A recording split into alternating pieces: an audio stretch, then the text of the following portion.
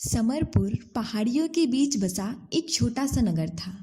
इसी नगर में एक होटल, जिसे पुराने जमाने में सराय भी कहा जाता था, खोला गया। सराय का मालिक बहुत गरीब था, इसलिए उसने सराय के सामान जैसे कुर्सी, मेज, दरी, रजाई आदि एक कबाड़ी की दुकान से खरीदा था। चूंकि सराय को खुले अभी कुछ ही दिन हुए थे, इसलिए कोई भी व्यक्ति सराय में रहने के लिए नहीं आया था। ठंड का मौसम था। सराय का मालिक सराय के अंदर बैठे यही सोच रहा था कि काश आज कोई मुसाफिर उसके सराय में ठहरने के लिए आ जाए। रात के लगभग 9 बजे थे। सराय के मालिक को दरवाजे पर कोई आहट सुनाई दी। उसने देखा कि दरवाजे पर एक व्यापारी सूट बूट पहने खड़ा था। जैसे ही व्यापारी ने सराय के अंदर कदम रखा, सराय का मालिक खुशी से चिल्लाया, अंदर आइए महोदय, आपका स्वागत है। व्यापारी सराय में अंदर आ गया। सराय के मालिक ने व्यापारी का स्वागत किया। व्यापारी ने सराय के मालिक से पूछा, क्या रात भर ठहरने के लिए आपके यहाँ कोई कमरा खाली है? सराय के मालिक ने व्यापारी को सराय का एक कमरा दिखाया। व्यापारी को वो कमरा बहुत पसंद आया। अपना मनपसंद भोजन करने के बाद व्यापारी बिस्तर पर जाकर लेट गया। अभी उसके सोए कुछ ही समय हुए होंगे कि उसी कमरे में 2 आवाज़ें सुनाई दी, जिस कारण उसकी नींद खुल गई। ये 2 आवाज़ें छोटे बच्चों की थी। पहली आवाज़ थी, प्यारे बड़े भाई, क्या आपको ठंड लग रही है? और दूसरी आवाज़ थी, क्या तुम्हें भी ठंड लग रही है? व्यापारी ने सोचा कि शायद भूल से सराय के मालिक के बच्चे कमरे में आ गए हैं। व्यापारी ने कहा, बच्चों, ये तुम्हारा कमरा नहीं है। कुछ देर तक कमरे में शांति रही, पर फिर से वही आवाज़ें आई, प्यारे बड़े भाई, क्या आपको ठंड लग रही है? और उत्तर में, क्या तुम्हें भी ठंड लग रही है? व्यापारी गुस्से से बिस्तर पर से उठा और बत्ती जलाई। उसने कमरे में चारों ओर देखा, पर कमरे में उसे बच्चे तो क्या, एक चूहा भी नहीं नजर आया। व्यापारी ने बत्ती को जलता ही छोड़ दिया और जाकर बिस्तर पर बैठ गया। कुछ समय बाद फिर से वही आवाज़ें आई, प्यारे बड़े भाई, क्या आपको ठंड लग रही है? और उत्तर में, क्या तुम्हें भी ठंड लग रही है? ये आवाज़ें एक रजाई में से आ रही थी। व्यापारी ने ध्यानपूर्वक इन दोनों आवाज़ों को सुना और जब उसे पूर्ण विश्वास हो गया कि ये आवाज़ें रजाई में से आ रही हैं, तब उसने जल्दी जल्दी अपना सामान बटोर लिया और सीधे सराय के मालिक के पास जा पहुंचा। व्यापारी ने सराय के मालिक को सारा हाल कह सुनाया। व्यापारी की बात सुन सराय का मालिक गुस्से से बोला, जनाब, आपने भोजन के साथ ढेर सारी शराब पी ली है, इसलिए आपको बुरे बुरे सपने आ रहे हैं। कहीं भला रजाइयाँ भी बोलती हैं? व्यापारी ने उत्तर दिया, देखिए, आपके रजाई में से आवाज़ आती है और आपने मुझसे बुरा बर्ताव किया, इसलिए मैं यहाँ एक पल के लिए भी नहीं रुकूंगा। सराय के मालिक की ओर कुछ पैसे फेंककर व्यापारी वहाँ से चला गया। अगले दिन एक दूसरा व्यक्ति सराय में ठहरने के लिए आया। इस व्यक्ति ने भोजन के समय शराब भी नहीं पी, पर जब वह सोने के लिए गया तो उसे भी 2 आवाज़ें सुनाई दी, प्यारे बड़े भाई, क्या आपको ठंड लग रही है? और उत्तर में आवाज़ आई कि क्या तुम्हें भी ठंड लग रही है? इस व्यक्ति ने भी कमरे में चारों ओर देखा, पर उसे कोई न मिला। वह व्यक्ति डरा हुआ सराय के मालिक के पास जा पहुंचा और उसने कहा,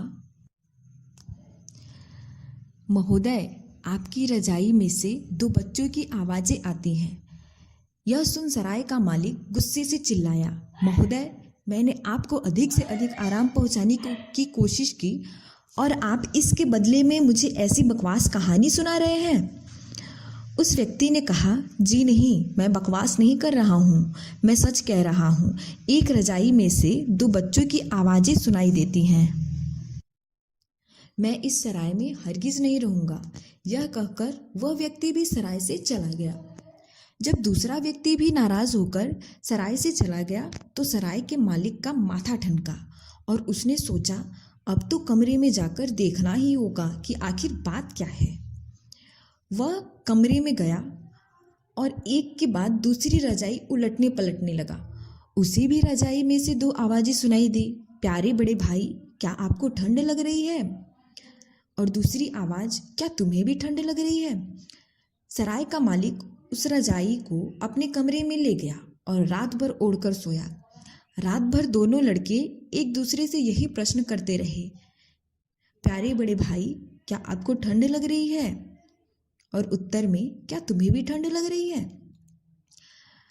अगले दिन सराय का मालिक उस रजाई को लेकर उस कबाड़ी की दुकान पर जा पहुंचा जहां से उसने इस रजाई को खरीदा था। उसने कबाड़ी वाले से पूछा, क्या तुम्हें याद है कि यह रजाई तुमने मुझे बेची थी? कबाड़ी वाले ने कहा, क्यों, क्या बात है? सराय के मालिक ने कबाड़ी वाले से पूछा, ये रजाई तुमने कहाँ से खरीदी थी? कबाड़ी वाले ने पास की एक दुकान की ओर इशारा करते हुए बताया कि उसने वह रजाई उस दुकान से खरीदी थी। सराय का मालिक उस पास वाली दुकान पर गया, पर उस दुकानदार ने उसे बताया कि उसने भी वह रजाई किसी अन्य दुकानदार से खरीदी थी। इस तरह सराय का मालिक इस दुकान से उस दुकान तक रजाई के मालिक की तलाश में घूमता रहा। अंत में सराय का मालिक एक छोटे से मकान मालिक के पास जा पहुंचा। सराय के मालिक ने मकान मालिक से पूछा, क्या ये रजाई आपकी है? तब मकान मालिक ने बताया कि यह रजाई उसने अपने एक किराएदार से किराए के रूप में वसूल करके बेची थी। इस किराएदार के परिवार में 4 सदस्य थे, एक गरीब माँ बाप और उनके 2 छोटे बच्चे। पिता की आय बहुत कम थी। एक बार जाड़े के मौसम में पिता ठंड खाकर बीमार पड़ गया। 1 सप्ताह तक पीड़ा सहन करने के बाद वह चल बसा। बच्चों की माँ इस सदमे को बर्दाश्त नहीं कर पाई और उसकी भी मृत्यु हो गई। अब दोनों भाई घर में बिल्कुल अकेले रह गए थे।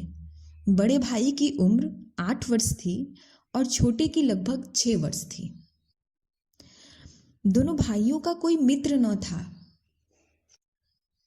जो इस विपत्ति में उनकी सहायता करता। दोनों भाइयों के पास खाने के लिए कुछ भी नहीं था। भोजन जुटाने के लिए उन्होंने एक के बाद एक घर की वस्तुओं को बेचना आरंभ कर दिया। अंत में उनके पास केवल एक रजाई रह गई। बर्फ बहुत तेज पड़ने लगी थी। दोनों भाई एक दूसरे से सटकर रजाई ओढ़कर लेट गए। छोटे भाई ने बड़े भाई से पूछा, प्यारे बड़े भाई, क्या आपको ठंड लग रही है? तब बड़े भाई ने कहा, क्या तुम्हें भी ठंड लग रही है? ये आवाजें रजाई में भरी रुई से होकर गुजरी और जादू से उसी में रह गई। तभी मकान का मालिक मकान का किराया लेने आ पहुंचा। कुछ देर तक मकान मालिक त्योरी चढ़ाकर कमरे में इधर से उधर घूमता रहा।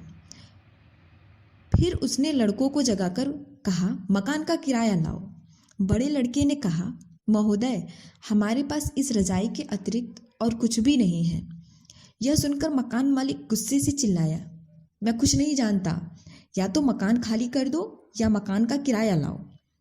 इतना कह मकान मालिक ने बच्चों की रजाई को छीन लिया और बोला, अभी मैं इस रजाई को किराए के रूप में रख लेता हूँ। यह सुनते ही दोनों भाई थरथर कांपने लगे और बोले, महोदय, बाहर बहुत ठंड पड़ रही है और हवा भी चल रही है। हम बिना रजाई के कैसे रहेंगे? इतने में मकान मालिक जोर से चिल्लाया, बकवास मत करो, यहाँ से रफू चक्कर हो जाओ। अंत में दोनों भाइयों को घर से निकलना ही पड़ा। दोनों भाइयों ने केवल एक पतली कमीज और घुटने तक की पैंट पहन रखी थी। बाकी के सारे कपड़े भोजन खरीदने में बिक चुके थे। रात के लगभग 9 बज रहे थे। हवाएं जोरों की चल रही थी और बर्फ भी पड़ रहा था। दोनों भाई आंखों में आंसू लिए घर से बाहर निकल गए और उसी मकान के पीछे जा पहुँचे। वहाँ जाकर वे दोनों एक दूसरे से सटकर बर्फ से ढकी सड़क पर लेट गए। उनके ऊपर बर्फ की तहें जमती चली गई। अब उनकी चेतना शून्य हो चुकी थी। उन्हें कुछ भी महसूस नहीं हो रहा था, न ही उन्हें ठंड लग रही थी, क्योंकि वे सदा सदा के लिए सो गए थे। अगली सुबह एक व्यक्ति उसी रास्ते से जा रहा था। अचानक उसकी नज़र उन दोनों बच्चों की बर्फ से ढकी शरीर की ओर पड़ी। वो आदमी उनके पास गया। उनके मृत शरीर को देखकर वो आदमी दुख से रो पड़ा और उन दोनों को उठाकर दया की देवी के मंदिर में ले गया। कहा जाता है कि दया की देवी स्वर्ग में रहना पसंद नहीं करती। वे यहीं धरती पर रहती हैं और अपने हजारों हाथों से उन लाखों गरीब आत्माओं को जो संसार में दुख, बीमारी जैसी अनेकों विपत्तियों को सहन कर रही हैं, की सहायता करती हैं। दोनों भाइयों को दया की देवी के मंदिर के एक कोने में दफना दिया गया। एक दिन जब सराय का मालिक इस मंदिर में आया और उसने मंदिर के पुजारी और वहां पर उपस्थित अन्य लोगों को रजाई में से आने वाली दर्द भरी आवाज़ों के बारे में बताया, तो वहां पर उपस्थित सभी लोगों के हृदय इस कहानी को सुनकर दया, करुणा और पश्चाताप से भर गया। वे सभी इन दोनों बच्चों के अकाल मृत्यु से बहुत दुखी हुए। सराय के मालिक ने वह रजाई पुजारी को दे दी। अब रजाई में से आवाज़ों का आना भी बंद हो गया था, क्योंकि उन दोनों भाइयों ने अपना संदेश लोगों तक पहुंचा दिया था।